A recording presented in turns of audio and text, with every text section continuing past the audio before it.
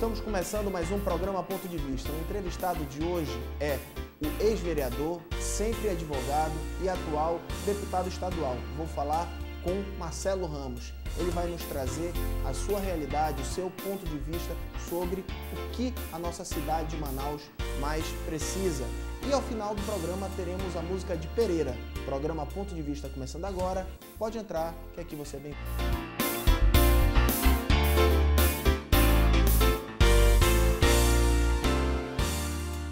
De volta com o programa Ponto de Vista, o entrevistado de hoje é o deputado Marcelo Ramos. E eu não preciso apresentar o deputado, todo mundo já conhece. O deputado, antigo vereador, Marcelo, como é que foi essa mudança agora de rotina, de vereador para deputado? Deputado, antigo vereador, mas sempre advogado, porque eu estou numa passagem na vida pública, mas a minha atividade profissional, a profissão que eu escolhi, que me realizou, é a profissão de advogado. Uma transição não foi tão difícil, Rodrigo. Assim, eu tive uma vida forjada dentro da assessoria parlamentar. Eu fui muito tempo advogado de parlamentares e isso ajuda muito o exercício dos meus mandatos. Então, a transição para a Assembleia é um poder um pouco diferente, um pouco mais fechado, acho que um debate de um nível mais elevado, mas, por outro lado, um debate mais distante dos problemas do dia a dia da população, né? A Câmara é um poder muito vivo. Ali na Câmara é onde as coisas do dia a dia são debatidas e batem à porta da Câmara. A Assembleia não. Portanto, eu me preparei nesse período de transição para qualificar mais o meu mandato, melhorar minha assessoria, estudar mais as questões do Estado e estou procurando fazer do meu mandato um instrumento de travar grandes debates sobre a questão do Estado. Fiz um discurso sobre as contas do Estado, que passam sérias dificuldades, fiz um discurso sobre uma manipulação que o Estado faz na distribuição do ICMS, que nos últimos 5 anos causou um prejuízo de mais de 600 milhões de reais para os municípios, que é o Robin Hood às avessas, que tira do pobre para dar para o rico. Então, eu tenho procurado qualificar o meu mandato e a transição tem sido tranquila. É exatamente sobre isso que eu vou falar. Como é que está essa situação? O Chico Preto fica dizendo que o Estado está no azul e você fica dizendo que está no vermelho.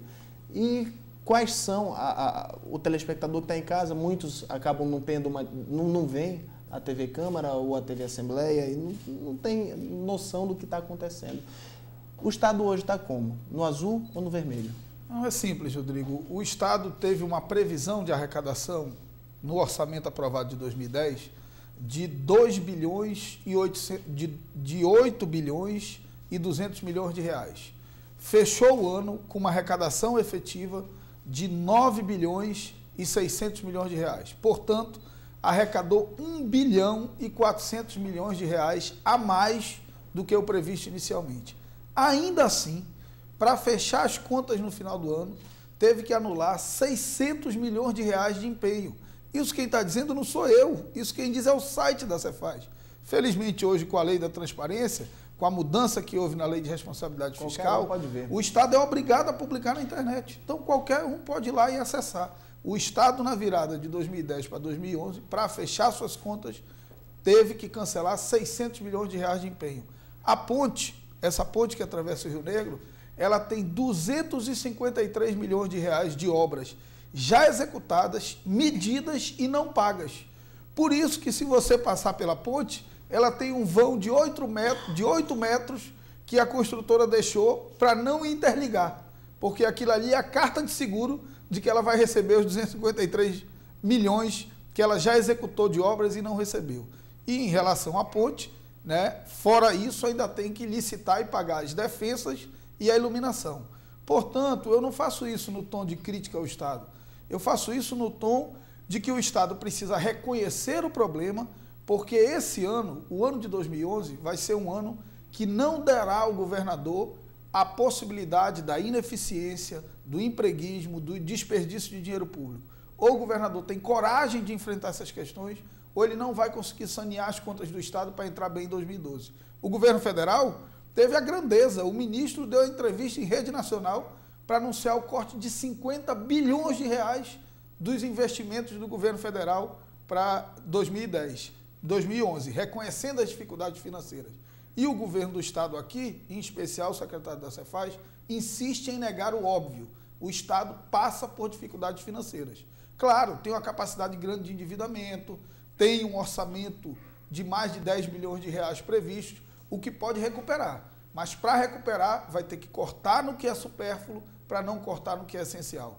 Tem que cortar em cargo comissionado, tem que cortar em repasso para a ONG, tem que cortar em secretarias criadas para composição política, para não precisar cortar em saúde, educação, infraestrutura e segurança, porque essas áreas não admitem sacrifícios. Você bate muito no prefeito e trabalhou na época na IMTU, foi secretário da IMTU. O que você acha dessa nova licitação do transporte coletivo que está acontecendo? A gente não sabe se está acontecendo, se vão mudar os santos e vai continuar a mesma igreja, ou se vai continuar a mesma igreja e os santos vão ser os mesmos. Então a gente está numa dúvida, será que vai mudar todo mundo ou será que vai continuar a mesma coisa? Bem, Rodrigo, eu entendo, e já disse isso, que o problema do sistema de transporte em Manaus hoje não é o contrato com a Transmanaus. O problema hoje é a absoluta falta de autoridade do poder concedente para fazer executar esse contrato, inclusive com as punições que o contrato prevê. Algumas empresas já infringiram cláusulas contratuais que justificam a intervenção, mas o município nunca fez essa intervenção.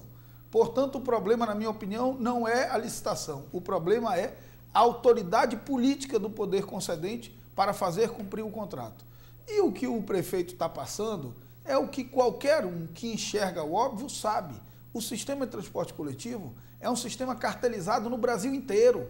As empresas de fora não vêm concorrer aqui para que as daqui não concorram fora. Portanto, o que está acontecendo nessa licitação era absolutamente previsível. E agora eu quero ver como a prefeitura vai sair dessa.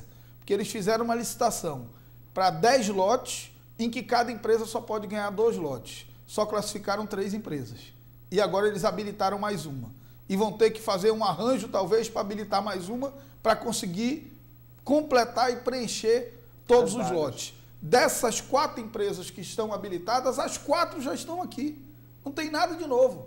Portanto, me parece que a emenda pode sair pior do que o soneto. Por quê? Porque a Transmanaus tem 7 empresas. Nós podemos acabar essa licitação com 3, 4 ou 5. Portanto, concentrando ainda mais a quantidade de empresas que operam no setor e, com isso, dando mais poder a essas empresas. Portanto, eu acho que é um caminho perigoso. Escrevi um artigo defendendo a autoridade do prefeito de fazer a licitação. Acho que o prefeito tinha autoridade para fazer a licitação e por isso defendi. Acho que não podia ser refém de uma série de interesses que existiam aí. Agora, o resultado está mostrando claro que a emenda vai sair pior que o soneto. Ok, fazer agora um pequeno intervalo e volto já já com o programa Ponto de Vista.